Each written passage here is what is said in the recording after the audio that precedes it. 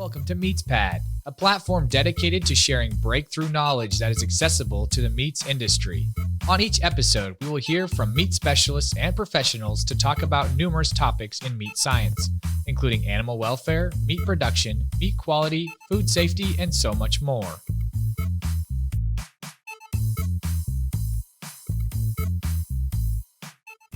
Hi, meat folks. Welcome back to the MeatsPad podcast. This is Phil Bass. I'm flying solo today. Francisco is out there making the world a better place for meat enthusiasts such as us, and so he's left me on my own. And as a result, what I like to do is go find my friends and talk to my friends. And so with us today is a longtime friend and former colleague from graduate school, Dr. Jessica Meisinger. She's an avid reader, and I want to make sure we touch on that at some point. But then also she is our North American sustainability lead for Merck Animal Health. Jessica, thank you so much for joining us today.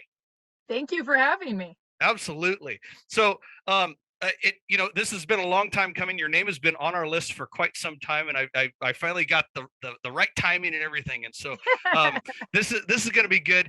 We're going to get into your background at some point because you have a really cool meat science story from the beginning almost. But before we get into that, let's just get right into the meat, as the pun would say, and tell us about your role with Merck Animal Health. Okay, so my role is really exciting. I am currently the North American Sustainability Lead, but I was the only person in animal health who had sustainability in my title at all. So okay. I've been doing all of the sustainability strategy and making sure it's all pulled together for animal health as a whole. Because of course, we're just a piece of a larger company. So we're one of the only animal health companies that's still owned by its human health side, okay, and hasn't been spun off, which is fantastic because it gives us a lot more opportunities than we would have otherwise. Yeah, a lot of power there to be able to collaborate within, right? Absolutely, and deeper pockets. That doesn't hurt either, right? So I will confess for you, before we started recording, for the listeners out there, Jessica was excited to start talking about kind of the really cool things that the animal health community provides to not just the animals and the meat, but the world in general, and how we're kind of pulling all that stuff together. And so, Jessica, take it away, kind of along the lines you were thinking earlier. Yeah, absolutely. So we have been sort of talking about a different way to think about animal health and how animal health affects sustainability. It almost you need to take almost a step up to think about it. So animal health affects the animal in four main ways. It affects growth, reproduction, quality, and then of course mortality. So each of those things, if you think about growth, if I need an animal to reach a certain weight by I either need, and it doesn't, it's sick, so it's not growing correctly. I either need more time for the animal to get there, or I need more animals so I can reach that poundage or that amount of eggs or that milk, whatever it is. And so each day or each animal has a sustainability cost to it. And we're not just talking about greenhouse gases. People get way too caught up in greenhouse gases. It's not just greenhouse gases. It's manure, it's land, it's feed and water, it's the labor that each of those animals takes. It's all of it. And so you want your animals to be growing correctly. So it's same with reproduction. If the animal isn't getting pregnant, you need more animals. If they're having stillbirths, that's a problem, and so that's affected as well. Quality. If an animal has mastitis and you're dumping the milk, I can't get a more clear vision of food waste than dumping milk down a drain because of your numbers. So it's a clear problem. If you have an abscess on an animal and you have to throw that meat out, it's food waste. And then mortality, the worst that can happen. I feel guilty when I throw away half a sandwich that I didn't get eaten in time. A 1,400-pound steer is more food waste than I'm ever going to be impacting in my day-to-day life. So we are part of this conversation. I think that we're left out sometimes, and we shouldn't be.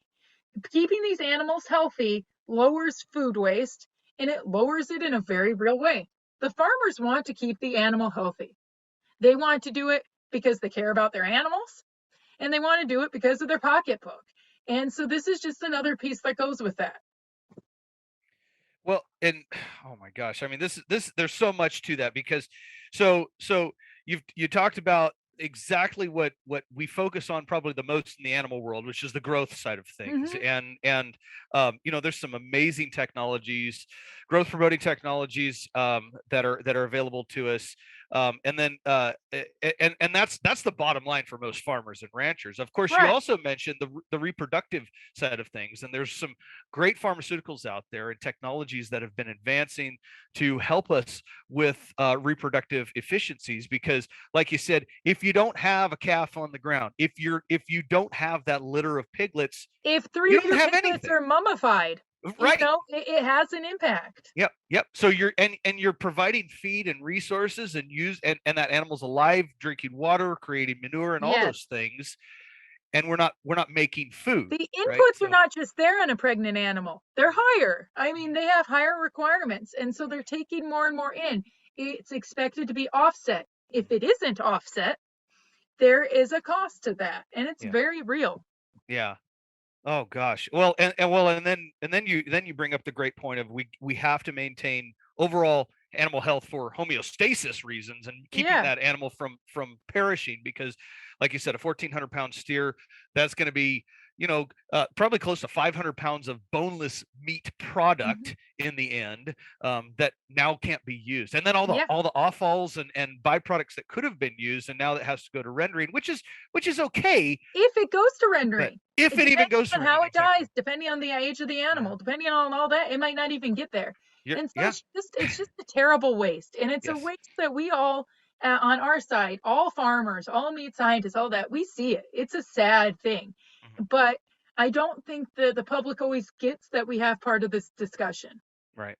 Okay. So these are awesome topics, and clearly we could make it a semester long class out of this, but we don't have that time. Yeah, I love But this topic. right. Well, okay. So tell us a little bit, if you can, just take us into a little bit more detail how Merck Animal Health or the animal health industry in general is helping with that sustainability. What are things that you regularly are talking about with either clients or just audiences in general? So from a product standpoint, preventative medicine. The more you can do to prevent the animal from getting sick in the first place. So your vaccination routines and things like that. The better we can keep our animal healthy, it's so much better to just not get sick than to have to heal from being sick. Yep. So we really focus a lot on preventative medicine. Okay. And then of course Merck has been going real into the technology space. So we have a lot of monitoring solutions and things like that so that you can objectively know what you're managing in your program. You can't manage what you don't measure, right? Absolutely. Well, and that's a really interesting direction. That's some outside the box thinking from the animal health world. It's not just the pharmaceuticals, it's helping to manage the animal in general. With those kind of with those management strategies, not only with just weights and observing growth patterns and things like that, but will those management strategies also help with making animal health decisions, so like vaccination programs? Absolutely. Okay, all right. Yeah. And making sure that you vaccinate well, and that you're only treating who needs it, so that we're not Right. over medicating. That's a social issue on its own, but it's a real one. We don't need to be giving extra medication to animals who aren't sick. But you need a lot of insight on the animal for that, and it's hard. And so we've seen where we've been able to monitor for animal welfare. And sustainability is just another piece of that puzzle. How can we help you make your decisions? Hmm. So, and when you mention sustainability, and you've kind of already alluded to this, but within within the Merck Animal Health world, can you define sustainability a little bit more? Well, when I'm talking about it, I'm usually talking about environmental sustainability. Okay. But we do look at it as the trifecta of environmental sustainability, social responsibility, and economic viability. It's where those three things merge that sustainability happens. Mhm. We can't have anything in environmental sustainability if the public doesn't understand and accept it. We also, it also gives us a bigger license to operate. When the general public understands what we're doing, then they will support us in it. On top of that, we're a business.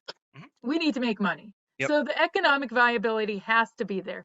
If we can't help a farmer be economically viable, they just are going to fail. And there's nothing sustainable about a farm going out of Yeah, business. yeah.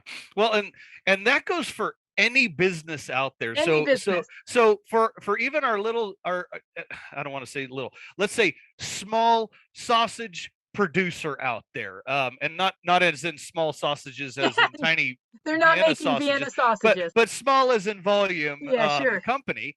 um that goes for anybody. If your customer is not satisfied and finding value in your product, that's not sustainable. You're not going to sell it again, obviously. No, no, they have to find the value and they have to know you care. Yep. And I know we hear a lot of pushback about generational differences and millennials and younger liking transparency. Well, we're geriatric millennials, and I do like transparency. And so when I feel like a company truly cares and they're listening to me, I'm willing to give them more, I'm willing to give them more time to prove what they're doing. Mhm. And Merck Animal Health wants to be there. We are the most environmentally sustainable company, and we want to prove it. Yeah. Well, yeah, you're bringing all the right topics to the floor here, and I again, I want to remind our listeners out there, especially for the processors and those who have direct consumer relations, to really consider that whole environmental, or the whole sustainability question in general, because it comes up. This isn't just a hard direct meat science type answer that we're looking at here. This is something that connects all of animal agriculture and all It of does. agriculture for that matter. And so, oftentimes the butcher shop down the road, or the retail store, is going to be that expert in the Yeah, community. And so absolutely. that's why it's important that we are having this conversation, even on a show that's defines meat science. I mean, that's what we talk about. So very important to just continually communicate that we have organizations out there, or associations, or groups out there like Merck Animal Health, that's helping to continue to just make the world a better place, with the products and services that they provide, so that we can have healthy animals, healthy and safe food, and healthy safe food that's also affordable. Yeah, absolutely. And that's what it's all about. I mean, we're in this industry because we love it. And we care. And we want to work with partners that love it and care as well. Yeah, absolutely. I'm going to take it just a little bit different spin here, because we are MeatsPad, and you, Jessica, are a meat scientist. How do you use that background and that role as a meat scientist in your day to day, or is it maybe something that got you to Oh, where you no, are no, now? it's so important. I Yeah. can tell you one place that just came up, one place that most people don't ever consider. So my role of sustainability, I have to tie all parts of the company together. So, I'm sitting in commercial working with our products, but I work on a daily basis with manufacturing, with the research labs, with human health, and with corporate. So I'm not siloed at all. Yeah. Um, a lot of times people in commercial jobs don't have any insight into manufacturing. They've Mhm. never entered a plant. They've never seen manufacturing before. Almost every meat scientist has. Yeah. We've been in plants. We've worked them. I mean, it might be for different amounts of time, but we've all been there. And I can tell you that my time spent in packing plants has a very real it has a very real impact on my day-to-day time with our manufacturing because I understand it more. I understand what some of these minor changes aren't minor and they're going to take a lot. And so I think that I have a greater respect for that. And that's very specific to our training. Meat Science puts a real it it really focuses on things like manufacturing. It focuses on public speaking. It focuses on making sure that you can take big issues and condense them so that other people understand them. And so those things matter a lot. And so even though in my day-to-day life, I'm not necessarily talking about meat, I am using every piece of being a meat scientist. Yeah. Well, and that's something that I regularly preach to my students in my day job at the University of Idaho, but then also any young or up and coming folks within our beloved association, American Meat Science Association, is get out there and just learn as much as you can and be a jack of all trades. That's what Dr. Belk taught us And in meet grad school. people. Yeah, and Call meet them, people. talk Yeah, to them. that's right. Chris Calkins always said, it's not who you know, it's who knows you. And it's really, really true.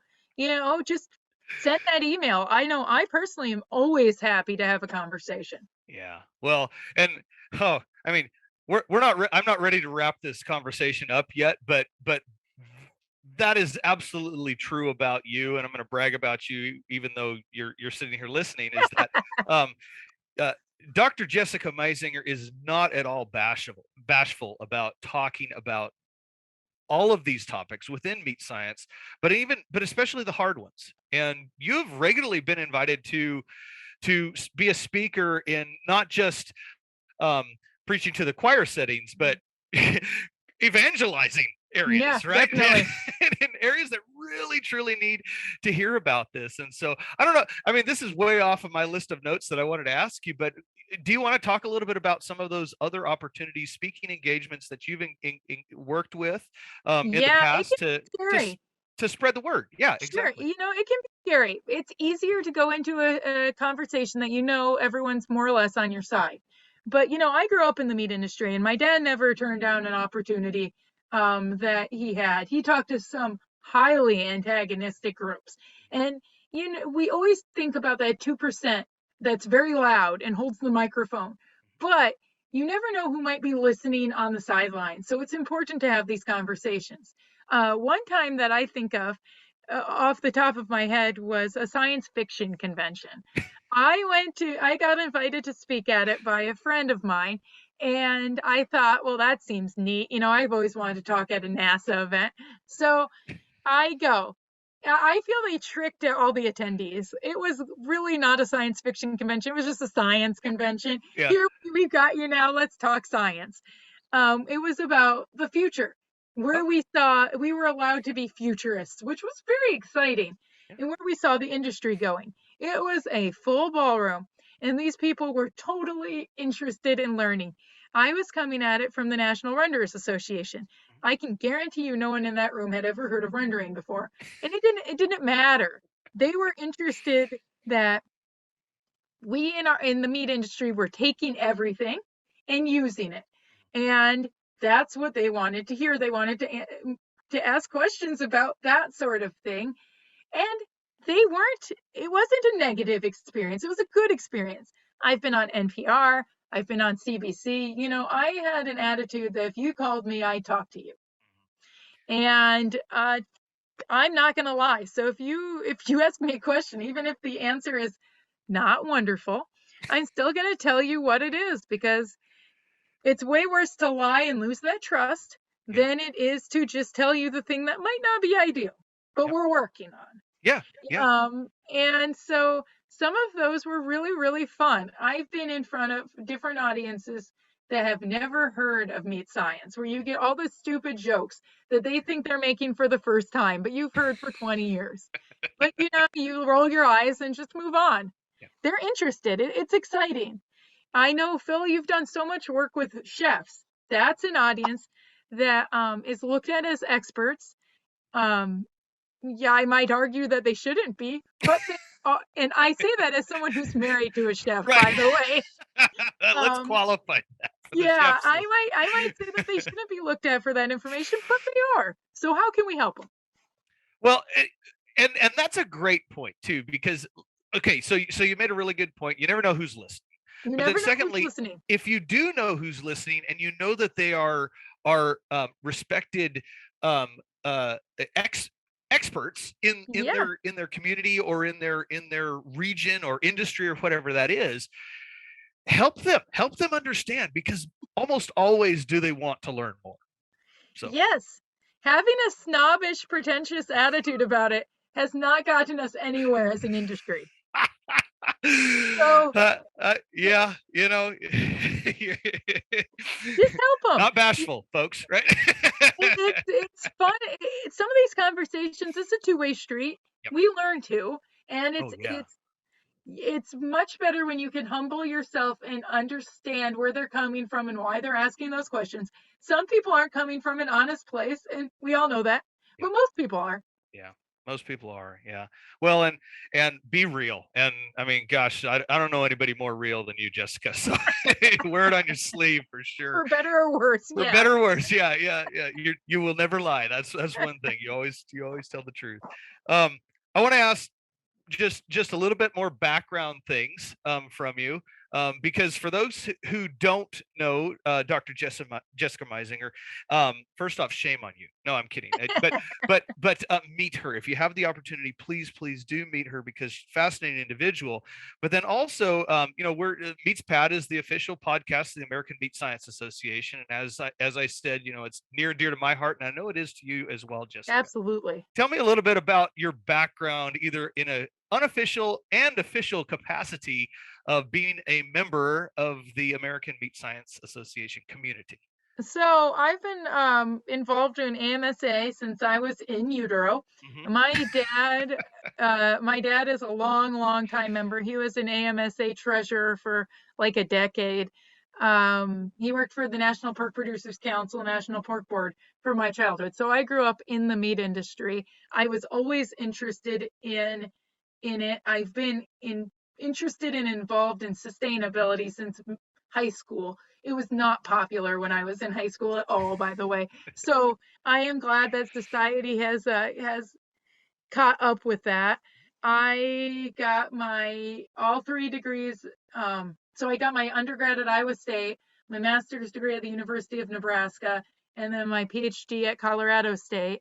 I got my first job out of college after that. I was recruited straight out by the National Renderers Association to be their communications director. I have never taken a communications course.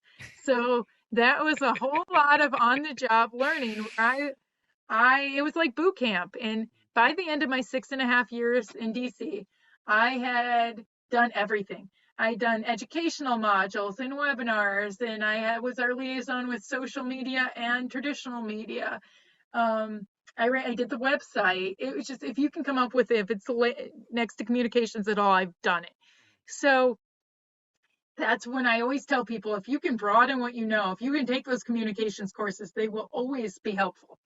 So then I got recruited by Merck Animal Health, and I left at that as an opportunity for a greater stage. And so I grew the communications job at the Renderers out of nothing. I started it and I grew it.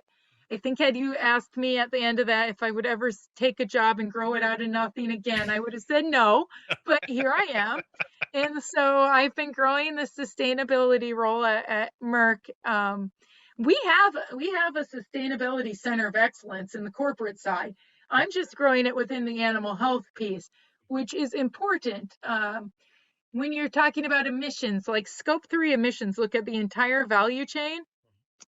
They weren't looking at the farmer at all, or the producer, and they need to be. They didn't know that.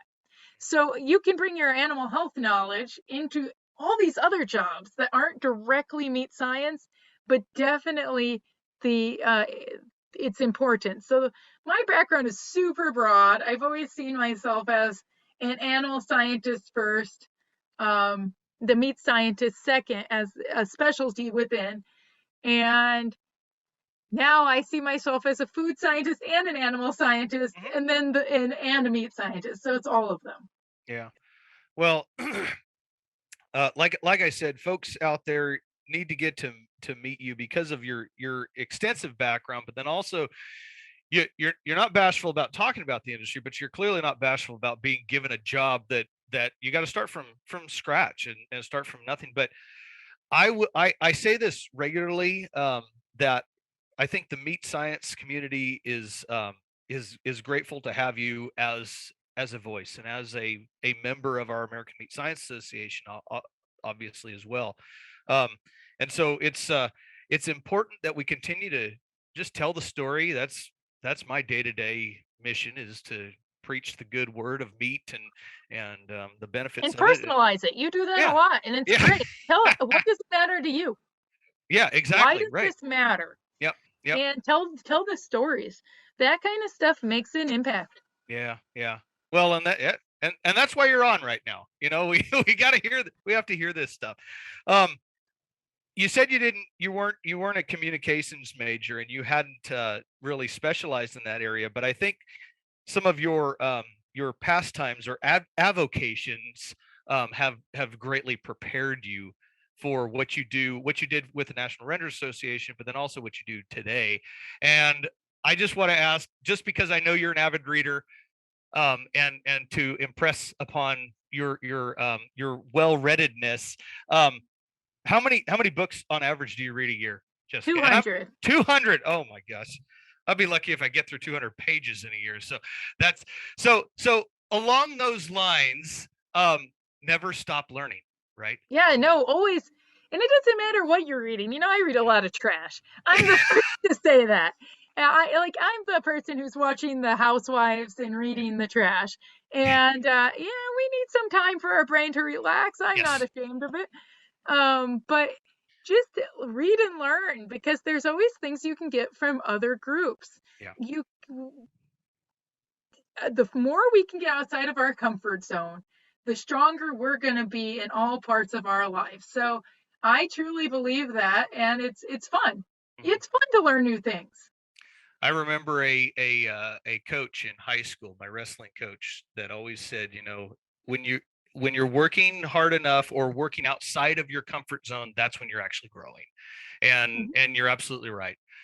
So everyone out there, keep learning, keep reading, keep growing, keep working a little bit near and beyond your comfort zone if you can, because that truly is when you're going to grow. And we're all grateful that Jessica's not afraid to do that and get the good word out there about animal production.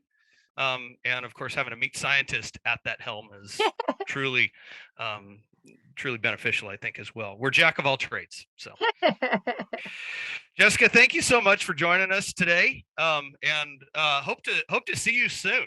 Yeah, absolutely. At RMC. Yep, RMC, so Reciprocal Meat Conference. For those of you who are out there that don't know that yet, but Reciprocal Meat Conference, and this year it's going to be in the center of the universe, right? Des Moines, Iowa. Yes, I'm Yeah, looking forward to it. I live in Des Moines now, so it's right here. yep, Fantastic. awesome, awesome. Easy. Well, thank you so much, and let's stay in touch. Absolutely. Thank you. Yep.